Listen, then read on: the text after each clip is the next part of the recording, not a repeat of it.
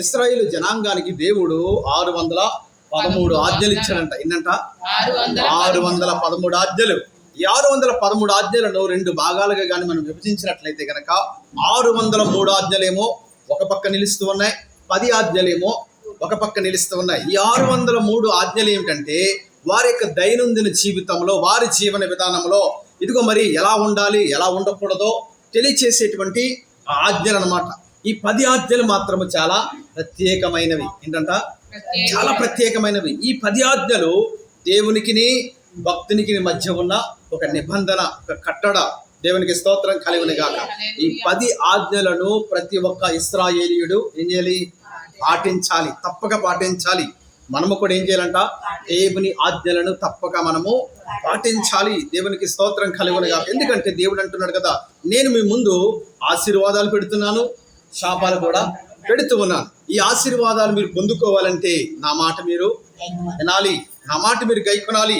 ద్వితీయోపదేశకాండము 28వ అధ్యాయము మొట్టమొదటి వచనాలు కానీ మనం చూసినట్లయితే కనుక దేవుడు అంటాడు కదా, మీరు నా మాట విని, ఎలాగంట? మీరు నా మాట విని నా తట్టు తిరిగి నా ఆజ్ఞలను గైకొనిన యెడల ఇందులో రాయబడిన ప్రతి ఆశీర్వాదాన్ని మీరు స్వతంత్రించుకుంటారు. ఒకవేళ వినకపోతే, ఎలాగంట? ఒకవేళ వినకపోతే, ఇక్కడే నేను దీని కిందే కొన్ని శాపాలు కూడా రాస్తూ ఉన్నాను. మీరు కానీ నా ఆజ్ఞలు కానీ గై కొనకపోతే ఇక్కడ వ్రాయబడిన ప్రతి శాపాన్ని మీరు ఏం చేస్తారు? అనుభవిస్తారు అన్నట్లుగా శాపాలు పెడుతున్నాడు దేవుడు. ఆశీర్వాదాలు కూడా ఆ యొక్క ద్వితీయోపదేశకాండము 28వ అధ్యాయము చాలా అద్భుతమైన అధ్యాయం అది. దేవునికి స్తోత్రం కలుగును గాక. శాపాలు, ఆశీర్వాదాలు చెప్తారండి. శాపాలు, ఆశీర్వాదాలు రెండు కూడా దేవుడు మన ముందే పెడుతూ ఉన్నాడు. దేన్ని మనం తీసుకుంటాము? ఏమండి? అంతే కదా. ఇప్పుడు ఏదైనా మనం టమోటాలు కొనడానికి వెళ్ళినప్పుడు ఆ యొక్క టమోటాల గుట్ట మన ముందు కనబడుతుంది. దాంట్లో ఏది పడుతుంది మనం ఏరుకుంటామండి? ఏది తీసుకుంటాము? అది మంచివి మాత్రమే మనము ఏరుకుంటాం. పుచ్చివి, పాడైపోయినవి మనం ఏం చేస్తామంట? తీసుకోం కదా. దేవునికి స్తోత్రం కలుగును గాక. దేవుడు కూడా అదే చెప్తూ ఉన్నాడు, నేను మీ ముందు ఇదిగో శ్రేష్టమైన ఆశీర్వాదాలు, శాశ్వతంగా నిలిచిపోయే ఆశీర్వాదాలు, మీ తరాలు వెంబడి వచ్చేటువంటి శ్రేష్టమైన ఆశీర్వాదాలు నేను మీ ముందు పెడుతూ ఉన్నాను. వాటిని మీరు స్వతంత్రించుకోవాలంటే నా మాట మీరు వినాలి, నా ఆజ్ఞలు మీరు గైకొనాలి. దేవునికి స్తోత్రం కలుగును గాక. కాబట్టి తండ్రి కుమారుడి మీద జాలి పడాలంటే కనుక దేవుని ఆజ్ఞలను మనము చెప్పాలి, గైకొనాలి. దేవునికి స్తోత్రం కలుగును గాక. రెండోది ఏంటంటే ఆయన ప్రేమ యందు మనము నిలిచి ఉండాలి. ప్రేమ యందు నిలిచి ఉండటం అంటే అర్థం ఏంటండి? ప్రేమ యందు నిలిచి ఉండటం అంటే అర్థం ఏంటి? ఆయన ప్రేమను మనం కలిగి ఉండాలి. ఎవరి ప్రేమను? యేసయ్య ప్రేమ. ప్రేమ అంటేనే సాదృశ్యం ఎవరంట?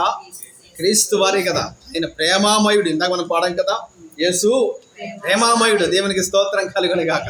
ఆ ప్రేమామయుడు అయినటువంటి యేసయ్య ప్రేమ మన హృదయంలో నిలిచి ఉండాలి.